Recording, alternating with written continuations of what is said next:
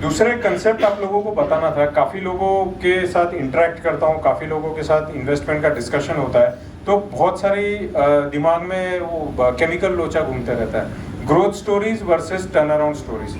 So what is this? हमको tip आती है, सुजलॉन ले लो, ये ले लो, वो ले लो, बराबर है।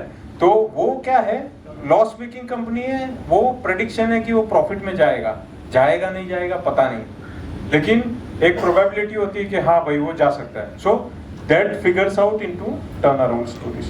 वो हो सकता है, नहीं हो सकता है, पता नहीं, लेकिन ऐसे टर्न अराउंड स्टोरीज में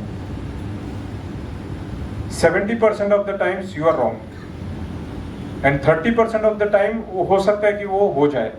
लेकिन हम क्या करते हैं, हमारा 100% पैसा वो टर्न अराउंड स्टोरी के अंदर लगा देते हैं, तो वो हम गलत करते हैं। सबसे इंपॉर्टेंट चीज है, we have to bet on growth stories. Growth stories का अर्थ क्या है, ये जो पिछले एग्जांपल्स दिखाए आपको, वो एग्जांपल्स के अंदर वो कंपनियां पिछले 10 साल से अच्छा काम कर रही है और वो अच्छा काम कंटिन्यूअस बेसिस पे कर रही है। सो उनका ग्रोथ इंजन ऑलरेडी सेट है, सुजलॉन का सेट करना बाकी है, और बाकी ये जो कंपनी है उनका ऑलरेडी सेट किया हुआ है। तो ये जो सेट करी हुई ग्रोथ वाली कंपनीज है, उसके अंदर आपका 70% पोर्टफोलियो एक्सपोजर होना चाहिए।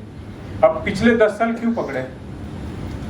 10 साल में खराब से खराब इवेंट क्या क्या आ चुके हैं। 2013 में यू हैव फॉरेक्स का क्राइसिस, 2016-17 में डिमोनेटाइजेशन आ गया, जीएसटी इंप्लीमेंटेशन हो गया, 2020 में कोविड आ गया। अब ये 4 बड़े इवेंट ऐसे थे जो किसी भी बिजनेस मॉडल वो डिसरप्ट हो सकता था, कंपनी बस्ट हो सकती थी। लेकिन ऐसे 4 पीरियड में भी अगर वो कंपनी ने अपना सेल्स संभाल के रखा हुआ है, अपने नेट प्रॉफिट मार्जिन संभाल के रखे हुए, इसका मतलब कि management is capable of handling their business very well.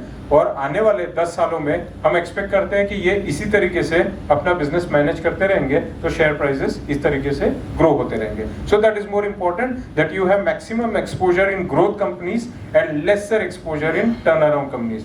जो भी टिप्स वगैरह आती है, अगर कंपनी लॉस मेकिंग है या इनसिग्निफिकेंट है, शेयर प्राइस बहुत बड़े है, don't get into that, it's a trap. जब मार्केट बस्ट होगा तब समझ में आएगा कि क्या हो रहा है, क्या हो गया मेरे साथ। फिर बाद में क्या करोगे, आप एवरेजिंग करते रहोगे उसके।